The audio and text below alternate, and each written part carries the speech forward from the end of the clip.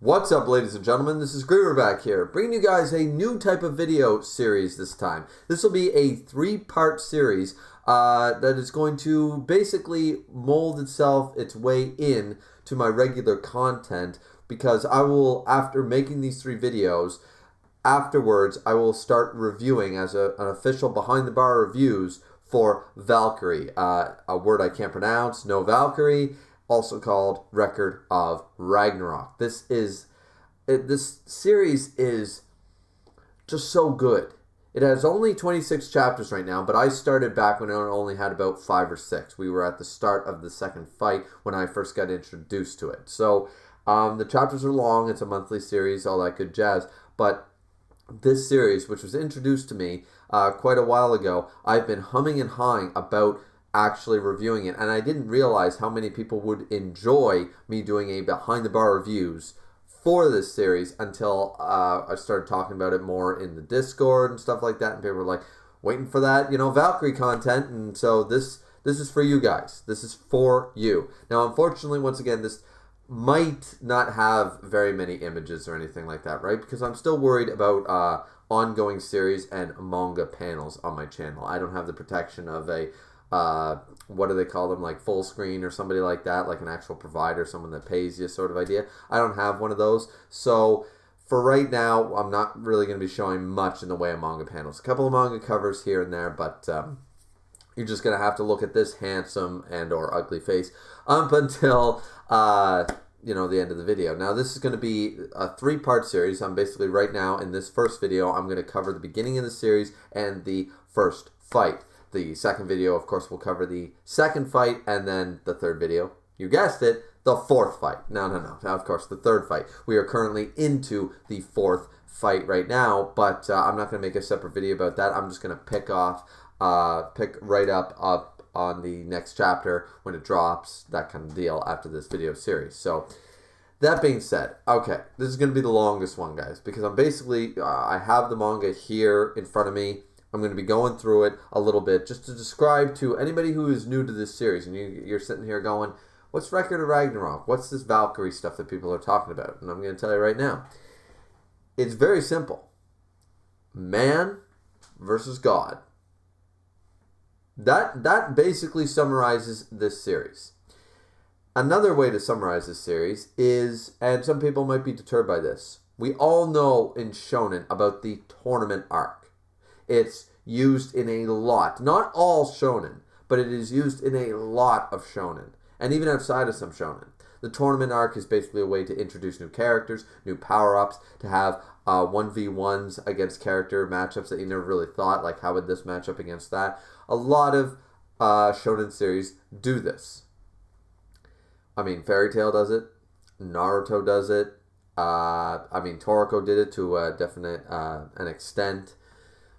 But this entire series is one giant tournament arc. Now that might dissuade you. That might say, you're saying to yourself, I don't really like the tournament arcs. I find them cheesy. I find them overused. I'm not a fan of tournament arcs in my regular series that I do love. Why would I want to read a series that is solely basically one giant tournament series rather than just a tournament arc? That's the whole damn series. Give it a chance. That's all I can say to you guys, because this is the tournament arc done right. Once again, something that people don't like about me and what I talk when I talk about One Punch Man is that I give a lot of credit to Murata's artwork as a reason that One Punch Man is so popular. I don't think I'm wrong in this statement, and some of you might still argue that no, One Punch Man is great and stuff, and it would have been picked up even if it was drawn terribly. And proven so with the webcomic, which was gaining steam, and that's, of course, why Murata, teamed up with One. But I still hold to the value that great artwork, increases the series. It heightens it. It brings it to a larger audience when you can't deny the beauty of the artwork. Once again, the media format they have chosen, they didn't choose the written word. They didn't write a book or a light novel. They drew a manga. So it has to be appealing to the eyes. And this series is no slouch when it comes to that. This is some fantastic artwork. The art style is beautiful. Their interpretations of the different humans and the different gods that are in this series is phenomenal. It's not as straightforward as you think. It's not so straight-laced. It's not cookie-cutter in any description. They have homage to each of the many different humans and gods and stuff throughout history and different mythologies and religions, but they have a very interesting twist for every single one. Even some of the most characters that you would probably think are some of the most boring characters, they take this little twist to them to make them interesting. That being said, I think I've ranted on long enough about this introduction to this series. So basically, as I said, we're going to go through this. It's gods versus mankind. It's called Ragnarok. Suffice to say, every 1,000 years, here's the premise of the story, is that every 1,000 years, the gods get together and they decide the fate of humanity. And they vote on it. And this is the year. This year is the year where they voted after 1,000 years. Everyone said, nope, let's get rid of mankind. It was finally a majority. It's left a little ambiguous whether if only one god held up a no, I don't want to kill them, would it scrap the whole thing? Does it need to be an entire sweep? Is it just a majority? That's left a little unclear, but it's irrelevant right now because pretty much the Valkyrie have to step in. We have I guess what you would consider the main character of this series. You have our protagonist, Brunhild. And I might be saying that wrong. It might be Brunhilda or something like that, or Brunhildi. But I call her Brunhild. And Brunhild, she is one of the 13 Valkyrie sisters. Now, in Norse mythology, the Valkyrie are basically the Grim Reaper equivalents. They're slightly different with, acts of war and different stuff like that. But they're basically the ones that decide your passage to Valhalla or not.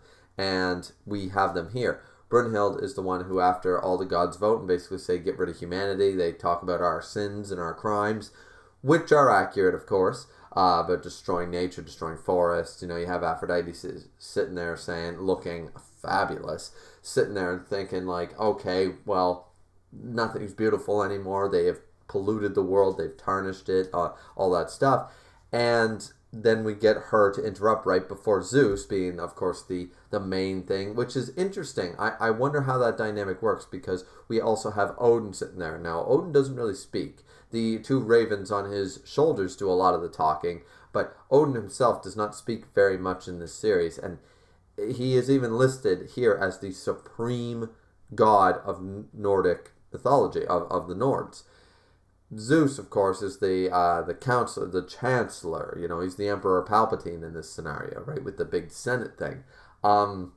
So it is interesting. We haven't really seen a big interaction between someone like Ra or Anubis and Odin and Zeus. We haven't seen the actual heads of these gods actually interact. So it will be interesting. I'm curious about the dynamic because Zeus seems to be the big man in charge. So I'm interested how that went down. But suffice it to say, Brunhild, she basically brings up Ragnarok, which in this interpretation, Ragnarok is basically the last battle between mankind and the gods. It's the final struggle. This is a rule in their big, giant, holier than thou book, and it simply states, okay, well, we'll have 13 combatants on each side, best of 7, right? It's the best of 7 victories. And so we're going to see a bunch of fights. Now, the reason they've never implemented this before, it was implemented originally as a joke, because there's no way that the gods can, of course, beat mankind. The gods will always beat mankind. It's just a joke. Now, they bring up that your proposal is pointless and stuff, but Brunhild, of course, talks down to the gods and basically says, oh, well, if you guys are chickening out, are you too afraid? That kind of stuff, right? She's provoking them, and it works. It basically works. She says, oh, I'm so sorry, you're right. This is a stupid idea. If you guys, are too worried or maybe afraid that mankind could actually win, that kind of, tactic. Some of the gods do recognize what she's doing, but they don't really care. They start laughing about it, but then, of course, they get pissed off as hell. So she manipulates them into the idea that the might of the gods will show humankind exactly what they're up against, right? So This is something.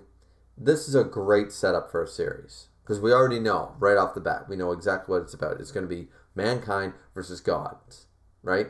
And it's absolutely phenomenal. We keep jumping through the first vanguard, of course, and once again the artwork is stellar. But they have to choose 13 people from all across humanity to represent them, to fight against the gods in 1v1 matchups. This would be an incredible task to really decide and narrow down 13 people. 13 people that you believe can. And we see right here, I pulled this up, we see right here in this panel, I probably can't show it, I might show it, but we see like Einstein, and we see Abraham Lincoln, and we see, just everyone. We see so many different people from history. We see Gandhi there. You see, I'm trying to see who else. I think Cleopatra. All these fantastic people throughout history, all these people that left their name across the history books, and she has to narrow it down to 13. So 13 gods versus, of course, 13 people. Now the vanguard has to be the most barbaric warrior, and the first one, we start with the Valhalla arena. It's going to be Thor. Now we do have the Watchman of the Apocalypse, Heimdall, from, of course, Nordic mythology. And those of you who know about Heimdall, in many interpretations, he's certainly not like this. In this case, he's no Idris Elba in this case. He seems to be more of an imp type of character. And as I said, the first matchup starts, and it's the God of Thunder, Thor, looking very different. Once again, I got to say that some of the interpretations, the way they showcase different gods and different people from mankind, is definitely unique. I've never really seen this interpretation or this idea of Thor before. It looks very interesting. Once again, the character designs are flawless. They're just so wonderful. We have Odin basically ordering Thor to crush whoever shows up, and it's we see a giant horse and all that stuff. The will of mankind, who will be devoured. The China's strongest hero. We get basically, and it's Lu Bu or Lu Ball. Depends on how you really want to say it. He is the vanguard of mankind, and we have the vanguard of the gods being Thor. So Lu Bu here is one of, he has been romanticized in our world. There's a book, I believe it's called The Three Romances or something like that. Lu Bu is a character that has been fictionalized to an extent, the strongest man in history, but here they take it quite literally, like all of his exploits were true, and everything that was fabricated or that it was exploited or that was exaggerated, they take that as fact. Like here, he's showing up looking so much like a boss. Pretty much, this is where the start fight, like the major fight here. This is the first fight. As I said, the vanguard, they start, and it's Thor versus Lu Bu. Now, this has been, we see a lot of mankind here. They're in the stands. So basically they're reviving everyone for mankind to witness it.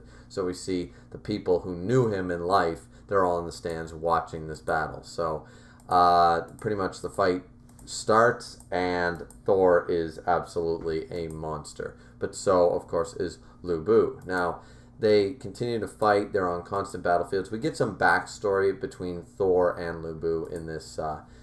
That's usually what they do. We don't really get backstories in the series before the fight. It's always during the fight. The fights feel a little prolonged because they jump in to a backstory of one character. They do some more fighting, then they jump into the backstory of the next character. They clash. They seem to be even. It's definitely very interesting because everyone's like, no, that's not possible. So he uses, and they hype up so many moves here. They hype up everything. Like every single strike is going to be the last strike. It's a strike that can eliminate all of mankind with one single blow, or that mankind's this spear can slice through the heavens and slice through the skies. It's every blow in this series. You feel it. You feel every single attack. You feel every word you're hanging off of, just wondering how is this going to be handled next. And of course the artwork just makes it. Now, the first backstory we get is about the invasion of Asgard.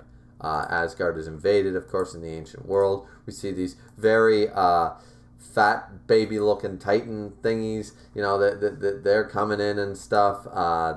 And everyone's like, oh my god, like, what are we going to do? What are we going to do? They open up. Thor swings his hammer and slaughters them all, apparently easily accomplishing a task that Thor found it boring. Thor found it boring that Asgard was completely invaded, and he wiped out the army of 66 Jotuns entirely by himself, or Jotunheim, the Frost Giants. I believe this is their interpretation of the Frost Giants, these big, fat, Titan-looking babies. So he slaughtered them all by himself. He is the god of, people still to this day. The gods rave about his glory. They disposed a name upon his instant kill technique, and they called it Thor's Hammer. Now, he strikes down with Thor's hammer against Lubu, and it's just like, wait, what? Like, how is he going to survive this? How is a human going to survive this? And of course he does, and he actually strikes and slashes against Thor. Now, Thor actually takes blood, like it's just a huge gash, and it's just pouring out of him, and Thor is shocked that he's actually been striked. It's so difficult to impact on you guys how fantastic this artwork is, how you feel every blow. Like, you do have to read this series. It reminds me heavily of Bocce from Sunken Rock, where every single panel you could feel the weight of those knuckles connecting, that fist flying through the sky. You could feel every single blow, every single one mattered. The artwork here just sells it so greatly. So please reread this series. If you've already read it, reread it. If you haven't ever picked it up, now you know. Record of Ragnarok, or also known as Valkyrie. It's just so good. So then we have Thor and Lubu. Basically, they are both acknowledging each other, saying, you're pretty good. It's like, your strength is not that of a human. They could have become rivals. They might have been friends. Then we get Lubu's backstory, all about his conquering all over Eurasia, all over, the China and stuff like that. He annihilates everything. His name throughout history. He eventually gathered a huge army. He was constantly switching sides just to fight the better fight. And at the end of the day, apparently, in this interpretation, he was the strongest. He couldn't find anybody stronger. They tell the true tale, or the so-called true tale of how he was defeated. He was captured, and then he basically cried and wept and said, "Please don't kill me now. I'll switch to your side and I'll work for you," and stuff. Apparently, that was all wrong. The truth about the story is that Lubu was taken prisoner, and he was bored. He was literally sleeping when they hung him. He was bored because he had fought every army, he had fought every strong warrior, and there was nobody left for him. There was nobody there for him to actually combat and not slaughter. So he found someone worthy to be his opponent in Thor. So this is definitely a great matchup. We get, and we also see Hermes here for the first time, one of the, of course, 12 gods of Olympus, being Hermes, who is taking on a very interesting, the messenger of the gods, taking on a very interesting role this time. He appears to be more of a butler type, and he seems to hold some type of hidden power that frightens some people. Now, there's some comedy elements in this series, of course, but Hermes, I really do like Hermes. I find him really interesting. So basically, in this match, it's first explained that obviously humankind has no chance against the gods. The chief of the gods have their sleeves, of course, is their ability to forge divine weapons. So there's no way for them to do anything else. So basically what they need to do is give humankind needs that same combat ability. They need to give each human and outfit them with a similar divine weapon, something that can actually hurt the gods. So the rest of the sisters, the Valkyrie sisters, have gathered, and each sister is going to transform themselves, being their half-god self, their demigods.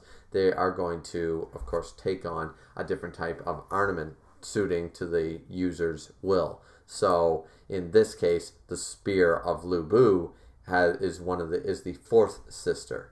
And so they call it Vohland.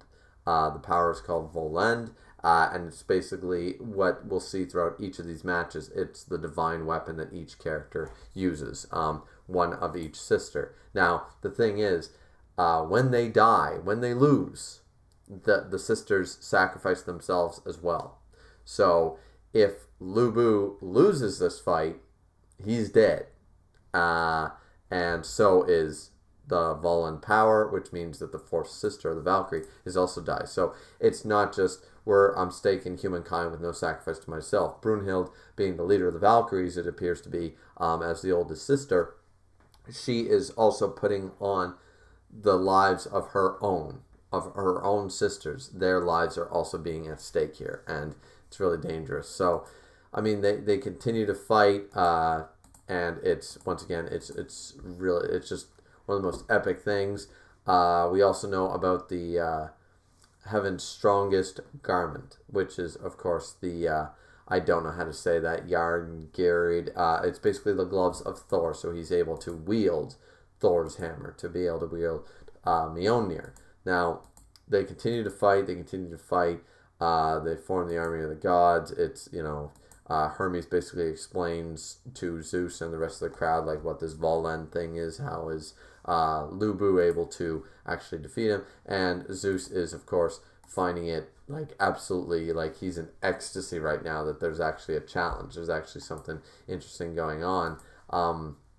So Mjolnir, which has been laying on the ground for a while, apparently it starts to pulsate and it starts to melt into the ground, and it's awakening. Now, the thing is that Zeus explains there's a misunderstanding about the gauntlets, about the gloves that Thor wears, and Mjolnir. The gloves' purpose wasn't to protect Thor from Mjolnir and its great power. It was actually there in order to protect it from the awakening because of the power of Thor's swing. It was there to hold back, kind of like a Kenpachi's eye patch sort of idea. And so he picks up the hammer one-handed, and he says basically, all right, Lu Bu, you are one damn, like, strong human. He goes, I'm going to swing this at you. You better not die. And so they're going at it. Two basically meatheads loving battle, and it's just absolutely intense. Now here, during the same fight, as I told you guys, this is going to be one of the longest. I really need to take a drink, honestly. This is one of the longest videos of this series, because we have to cover not only just the fight, but we have to cover all the different aspects of it. For example, during the middle of this fight, we finally get on some type of tablet looking thing, we get heaven versus humanity, and we see all 13 combatants on each side. So I think now is a good time to talk about that, because there are some people missing from both sides that I'm a little really not, like, that person's not going to be here. So, but I mean, there are so many people throughout history, and there's so many different gods that, you know what, it must have been really difficult, and every single character has been stellar in their interpretation up to this point. So I'm okay with it, because here we have on the heaven side, we have Zeus, Buddha, Loki, Apollo, Poseidon, the Susanoo no Makoto. We have Thor, Bishamont. I never knew how to say that one. Anubis, Odin, Beelzebub, and Shiva. Now, the thing is, there's a name missing from this list of heaven, because that's only 12. As I just counted to you guys. Zeus, Buddha, Loki, Apollo, Poseidon, Susanoo Makoto, Thor, Bishamont, Anubis, Odin, Beelzebub, Shiva. 12, right? There's supposed to be 13. Now, we know who the next combatant is in the current running story, but I'm not going to spoil that here, just in case some of you guys who are watching, maybe you haven't actually read the series yet. So we will find that out. That's not I don't know if that's a mistake or something, but they only listed the first 12. On humanity's side, we have some big names. We have Sasaki Kojiro, we have Adam, we have Grigori, Of course, Lu Bu, we already knew about that. We have Jack the Ripper. We have King Leonis. We have Tesla. There's a lot of different characters on this side. Some characters for me that I thought would be interesting. I don't know all of these characters. I think Rasputin's on here somewhere or something. But all these characters, which are, of course, are all these people from history, of course, are equally dangerous, equally, they have weight, their name holds a lot of weight, but there are some characters missing that I thought would be a great addition to humanity's side. Some of those being like Arthur, King Arthur. I thought that they could do a lot with that. Same with Alexander the Great. Potentially, I guess, sort of like Gilgamesh, maybe. I know Gilgamesh is usually depicted as a god, but whatever. But yeah, I just thought that there were a couple other people in humanity's history that would have suited this list. Of course, they're trying to do a representation of all the different ones. They're trying to do, European, Japanese, Russian, Chinese, Western world, Western civilization, Egypt. They're trying to do a solid representation of each individual, like different cultures, different mythologies. So I do get it. I do. It's just that some of the characters, I haven't been disappointed yet with any of the characters. So I would be interested to see if there is a character that I do end up being disappointed with, and I could sit back and say, oh, I wish Alexander the Great was here instead, because I think he would have been way cooler. I haven't met a character like that. Up to date, guys, without spoiling, I haven't met a character that I didn't like or didn't like the interpretation of. So far, the list is pretty solid. They're doing a fantastic job. So basically, back to the fight. It's going it's going the way I guess you would consider it's gonna go, right? Then of course in the next chapter, I did say we did miss out on one name, and it was Hercules or Heracles. Heracles is the last of the gods. You might have thought humanity, but as I said, there were 12 gods chosen. Hercules or Heracles is the 13th one chosen. He's in the current running fight right now. So look forward to that. Now, there are so many different matchups, and we have no idea. They're not actually matched up like technically who's going to fight who. It doesn't seem like it's not in any type of order. So we don't actually know what the matchups are going to be. We don't know really who's going to fight who. We just know here is humanity's side. Here's the side of heaven or the gods. So basically, the rest of the fight goes. Thor throws it. Very classic Thor sort of idea, right? He missed. Lu Bu manages to come down. He attempts to strike. Thor gets his hammer back and uses some crazy ass move. And bang. This battle is probably my least favorite battle out of that so far running.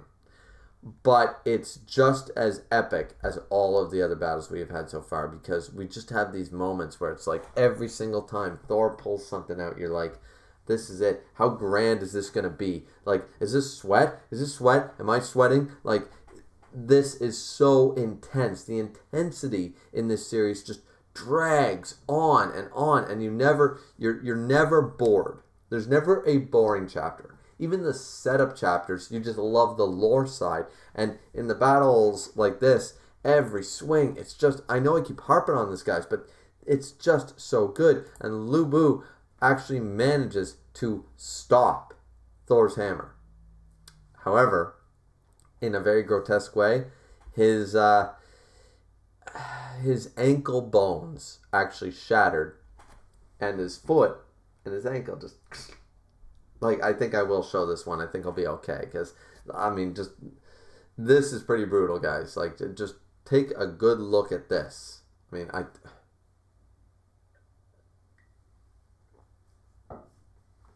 like, damn.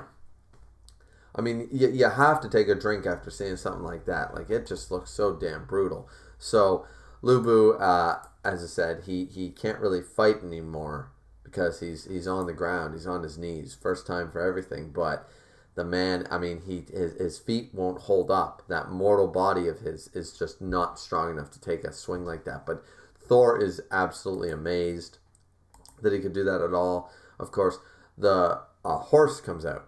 The red hair horse. And they basically say nobody's going to give up. Lubu says, "All right." He gets on the back of the horse, and it's just like, "Okay, we're still in this fight." And I mean, because his feet don't work, right? Like he can't really stand anymore. He's got stumps for feet now. His feet are useless. So he decides to use a move which he had practiced. You know, he destroyed tens of thousands of hundreds of thousands of spears to perfect this move that actually splits the sky. We see a beautiful panel where he splits the sky in two. He takes care of the rain clouds and just completely splits it with this ultimate attack called Sky Eater. So he's going to use Sky Eater versus Thor's hammer. And this here is the final clash. They're going to clash, and it's just, they build it up, and they build it up, and it's just, Thor felt the same way. They respected each other. Thor's hammer versus Sky Eater. It's such an awesome panel. It just looks so beautiful. They're both looking this insanity in their eyes, this huge, toothy grins on their faces, the widest smile you could think of. They're going at it. They're going to destroy each other. They clash, they fight, and in the end of the day, Lubu loses. He lost his entire arm. The Vohland spear shattered, and his other arm is hanging by a thread. So the fourth sister of the Valkyrie is now dead. Thor is standing there, looking like a boss, looking at Lubu, and he takes his hanging arm, grabs it with his teeth, rips it off because it's useless to him now, and he stares up at the sky. He says, "I gave it everything I had, and now this all ends right here." He rushes towards Thor, who smiles at him, realizes he has experienced true joy, and the most brutal decapitation I think I've seen in manga in years, if not period. I've seen some pretty grotesque shit in manga, but his entire, now no arms, feet completely smashed and shattered, and now his head is long gone. And that's the end of the Milord Lubu. And Thor swings his hammer. The first battle of Ragnarok goes to the gods. The match is officially settled. Now, here's the final stats. Match length was 16 minutes, 28 seconds. Deciding move was Thor's hammer, and the victor was Thor. Now, that's only the first 6 chapters of this series. It's like, so pretty much, as I said, I just kind of had to read through it, guys, so I made sure not to miss anything. And as I said, this is going to be the longest video. It's probably over half an hour. But I really needed to get all that out. We needed to know, okay, we now know all the combatants, right? We have everyone. Now, I didn't list everyone because my pronunciation sucks, and I probably butcher all the humanities' names. But you guys can certainly check it out. I might, you know what, I probably will have already posted the list. I'm kind of, even while I'm recording, I'm not sure how many manga panels I feel like really using because I'm still worried about that. But suffice it to say, this first fight was, as I said, my least favorite of all the fights so far.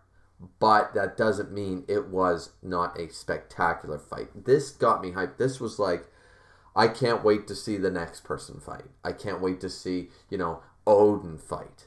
Like, if that's Thor, what can Odin do? What can Shiva, what Beelzebub, what can they do? Anubis, I'm so intrigued here. Hercules, and then you have on the other side, I'm so curious about Rasputin, Tesla, Jack the Ripper, because I love Jack the Ripper. I always was very, well, I don't love the man, but I'm so very fascinated by, the world's greatest serial killer, in the history. So there's just so many characters here that intrigue you. Adam's on the list, right? So this series, I hope I'm promoting this correctly. I hope I'm doing a good job for you guys to tell you what a great series this is. And it continues to get better. That's what I'm trying to say, is that the beginning part, it keeps getting better. The first fight is my least favorite. The second fight might be my favorite, but the third fight is definitely a contender. And the current fight that we're in which the fourth fight is shaping up to be something so interesting, such a crazy dynamic of great characters. So I just want you guys to know this. Like, Lu Bu is not one of my favorite characters. As I said, I understand they wanted to represent a lot of different things, but I thought it would have been way cooler to have someone like King Arthur or Alexander the Great in his place. But Lu Bu is still a really interesting character. I read up on him once. I never knew about him before, so I did a lot of research, Wikipedia research, but I did research on him to figure out what he was like and all that stuff. It was so interesting to learn about him. Yes, he was exaggerated, and yes, like, a lot of his stuff isn't really... He was just a really strong general. He wasn't as this crazy, but still really cool. Same with Thor. Thor being... this interpretation of Thor seems to be very... it's more on the nose to strict Norse. Like, a lot of people are going to take the interpretation of Thor from, of course, Marvel Comics and stuff like that. But this Thor is a little more accurate to the Norse mythology version of Thor. And I don't mind that. I think this Thor was really cool. The problem is my only biggest problem is that we won't see Thor again in the fight. I mean, we don't know for certain. But in this fight, it is not who wins at the end of the day. It's best of 7. So now Lu Bu is dead, so he can't fight anymore, of course. And Thor won. But Thor won't be fighting in another fight. It's the other 12 gods have to fight and the other 12 humans. So in this way, it's sometimes a little bit of a disappointment, I guess, because especially later on, there are other characters that I would love to see in more matchups. However, you're not going to see that. They only fight once. They fight once, and that is the only con of this series, is that you love a fight, you love a character, you're like, this is one of the best highlights of 2019 manga reading, and you realize that once the fight's over, that's it. That's it for the character, that you've been following. That's it for the character that you're super interested in. And it's kind of unfortunate, and that's why, of course, as I said, they give the backstories during the fight. They give you the whole story because they don't have time for character development, because these characters aren't going to develop. You're going to know who they are, you're going to learn their story, and that's the end of it. Because they're not going to fight again. We might see them again, but I doubt there's going to be any actual fighting for these characters or any shining moments again for these characters. Kind of disappointing. But that being said, so this was the first part. This is the first part of the Valkyrie 3-part video series to get ourselves caught up so that I can start doing behind the bar reviews for this monthly series of greatness. I hope you guys enjoyed. I know this one dragged on a lot, and this one was more like just reading panel by panel a little bit, talking about it. But I wanted to start this. I knew that this video would be the longest one. I promise you that the next one, which we won't need to be discussing, who are the other combatants, the introduction to the series, the introduction to this video series, we won't need to do any of that stuff. So the next video should be far shorter. We're going to cover the second fight. Spoiler alert. I'll wait. 3, 2, 1. It's goddamn Zeus, the primal god himself, versus Adam, the first human. Probably my favorite fight. It's hard. It's really hard because the third fight is something spectacular, but this fight was so goddamn good. I love this fight. I hope you guys are as stoked as I am to record the next video, to watch the next part of this, because then I'll be discussing Adam versus Zeus in such an interesting clash with... I'm actually losing my voice here. I really am. there's just so much to discuss when it comes to that.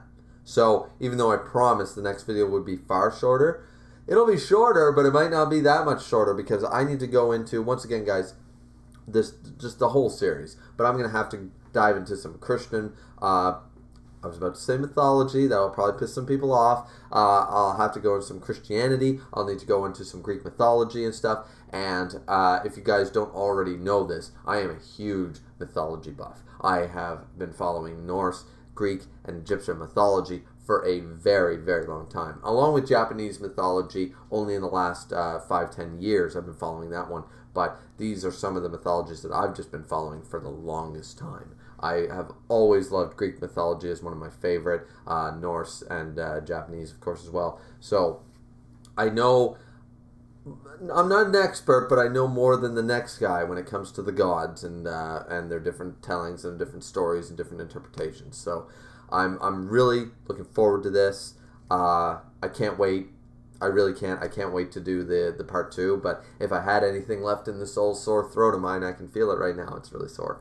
But if I had anything left, I'd probably record it right now. But I don't. So you guys just have to stay tuned for the next part. I hope the next part will be out by sometime next week or the following week here. And part 3, I hope to get that out soon because I really would like to cover the next chapter that comes out of Record of Ragnarok. I'd like to cover chapter 27, I think we're on.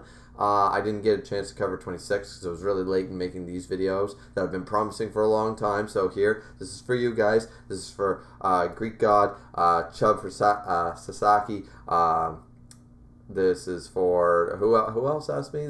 Some other people in the Discord asked me. Sorry, I forget. But Stogus, sure, why not Stogus? And One Nation, and I'm sure there's other people. But so sorry if I forgot your names, guys. But either way, you know, I know that some people in the Discord have been asking me to do this for a while. So there you go. I hope this was the type of video you guys were expecting. You know, I'm discussing it. As I said, I love Thor. I think his interpretation is great. Lubu, probably my least favorite character thus far. Well, actually, no, not my least favorite, but he's not a person that I was interested in. He was okay. He was cool, but I greener pastures the further you get into this series. For me personally, not my favorite, but that's coming up. Some of that's coming up. I still think we've seen some of the greatness that this series has, the potential here, and it only gets better. Better characters, better fights on the way.